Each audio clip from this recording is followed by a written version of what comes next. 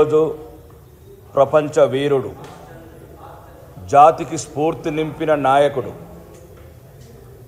నేతాజీ సుభాష్ చంద్రబోస్ గారి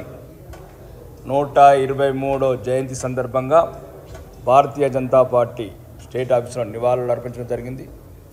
ముఖ్యంగా జాతికి స్ఫూర్తి చరిత్రలో మరిచిపోయినటువంటి కప్పబడినటువంటి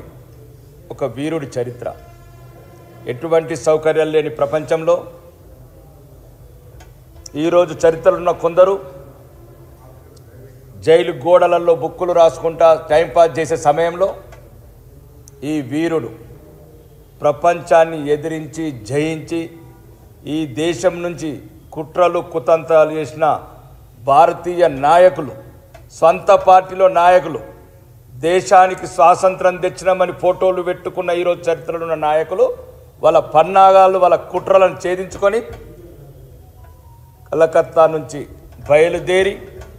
దేశ విదేశాలు తిరుగుతూ ఆ రోజుల్లోనే ఎటువంటి రవాణా సౌకర్యం లేని టైంలో జర్మనీ కావచ్చు, మాస్కో కావచ్చు,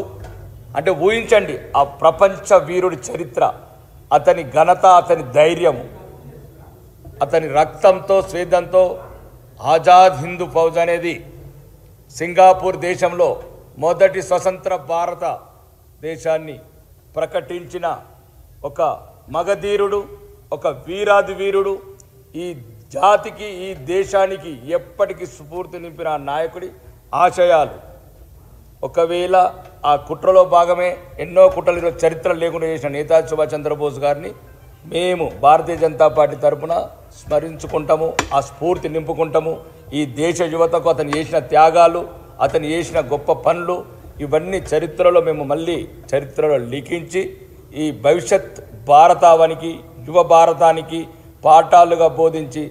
ఆ నాయకుడి, ఆ వీరుడి ధైర్య సాహసాలు స్ఫూర్తి నింపుతామని ఈ సందర్భంగా చెప్పడం జరుగుతుంది। జై హింద్।